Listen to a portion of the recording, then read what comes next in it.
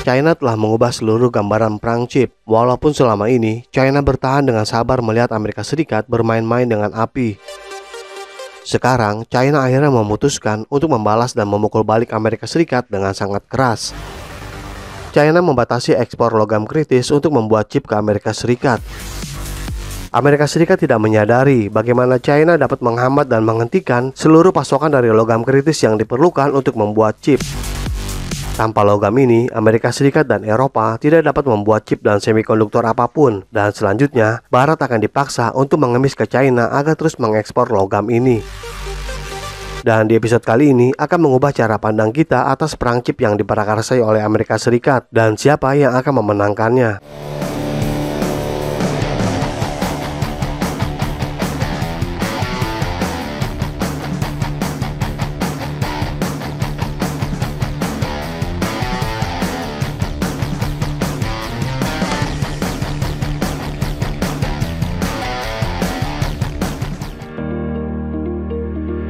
Apa yang dilakukan Amerika Serikat pada bulan Oktober tahun 2022 adalah melakukan pembatasan terhadap semua perusahaan chip agar mereka tak memasok chip ke China. Dan tidak hanya itu, tetapi juga untuk perusahaan yang menggunakan produk buatan Amerika Serikat untuk tidak memasok segala jenis chip dan teknologi chip ke China.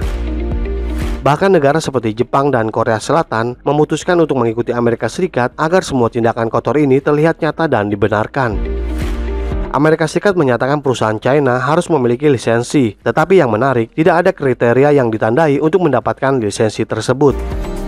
Itu akan diberikan kepada perusahaan manapun yang diinginkan oleh pemerintahan Biden. Dengan kata lain, ini adalah larangan yang tidak adil dan dipaksakan.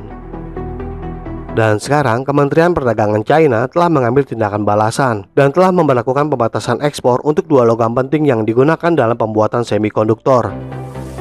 Strategi lisensi yang sama yang digunakan Amerika Serikat dan sekarang sedang digunakan oleh China. Ini seperti mengalahkan saingan Anda menggunakan strategi yang sama untuk melawan kembali. Lisensi ini akan memerlukan informasi terperinci tentang importir, pengguna akhir, dan tujuan dari penggunaan logam tersebut. Alasan yang diberikan untuk tindakan ini adalah keamanan nasional, sama seperti Amerika Serikat yang telah menggunakan keamanan nasional sebagai alasan untuk pelarangan ekspor chip dan perusahaan China. Analisis dari Eurasia mengatakan bahwa tindakan China berfungsi sebagai peringatan bagi negara-negara seperti Amerika Serikat, Jepang, dan Belanda yang mengingatkan kepada mereka tentang kemampuan China untuk melakukan tindakan pembalasan. Pembatasan ekspor menjadi sah karena China memasuk dunia dengan logam yang sangat kritis untuk membuat chip. Ini sebagai balasan akibat larangan untuk mendapatkan chip dan teknologi chip, dan ini membuat Amerika Serikat dan Eropa menyadari apa yang telah mereka lakukan. Mereka mencoba memainkan politik dalam komoditas yang sangat penting untuk produksi di China. Saat ini, tindakan pembalasan telah menjadi jelas, namun penting untuk dicatat juga bahwa negara-negara tertentu atau pengguna akhir belum secara eksplisit dilarang oleh peraturan ini. Hanya negara yang secara tidak adil bergabung dalam perang chip melawan China yang menjadi target sebenarnya. Selama konferensi pers di Beijing, juru bicara Kementerian Luar Negeri China menegaskan kembali bahwa kontrol ekspor negara itu sesuai dengan hukum dan tidak ditujukan kepada negara tertentu. Pengumuman pembatasan ini berdampak signifikan pada harga saham produsen germanium China, yang menunjukkan potensi kenaikan harga di masa depan. Semua ini menunjukkan bahwa dengan membatasi ekspor logam penting, China tidak akan mengalami kerugian, tetapi justru mengalami peningkatan. Gallium dan germanium bukan satu-satunya logam penting yang dimiliki China, karena China merupakan pemasok logam tanah jarang terbesar di dunia yang berkontribusi lebih dari 80% ke pasokan global setiap tahunnya. Ini menunjukkan bahwa jika Amerika Serikat dan Eropa tidak mundur dan melakukan sesuatu sebagai tanggapan, China juga dapat berhenti memasok puluhan mineral logam kritis lainnya. Karena saat ini hanya dua di antaranya yang telah dihentikan, dan gelombang kejutnya sudah mengganggu rantai pasokan di barat. Meskipun kurang akrab bagi masyarakat umum, kedua elemen ini memainkan peran penting dalam berbagai aplikasi teknologi. Gallium adalah elemen penting untuk memproduksi peralatan semikonduktor, chip, sirkuit elektronik, termasuk reaktor nuklir. Dan di sisi lain, germanium merupakan elemen penting dalam pembuatan serat fiber optik yang sangat penting untuk transfer data dan informasi, dan juga sangat diperlukan dalam teknologi tenaga surya dan domain militer. Selanjutnya, panel surya yang berbasis germanium telah membuat dampak yang signifikan dalam eksplorasi luar angkasa. Gallium juga mengambil peran penting dalam produksi gallium arsenide, senyawa kimia yang mengesankan ini dengan pengaruh signifikan dalam menciptakan chip frekuensi radio untuk ponsel dan satelit telekomunikasi. Gallium arsenide juga dianggap sebagai tulang punggung dari industri semikonduktor, karena tanpa gallium tidak akan ada chip apapun, kecuali ditemukan alternatif lain yang hingga kini masih belum terlihat. Dengan kata lain, jika China tidak memiliki chip, Amerika Serikat dan Eropa juga tidak akan memilikinya.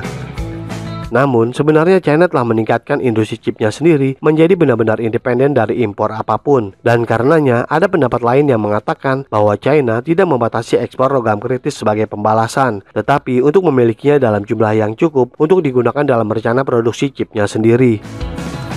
Apapun alasan di balik pembatasan ini adalah berdampak sangat besar, karena perusahaan di seluruh dunia menggunakan gallium sebagai bahan baku untuk memproduksi chip.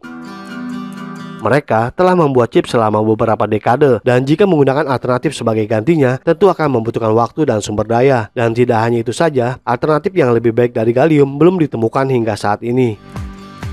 Dan oleh karena itu menjadi jelas bahwa tanpa gallium dan logam tanah jarang lainnya yang berasal dari China, perusahaan pembuat chip akan menderita.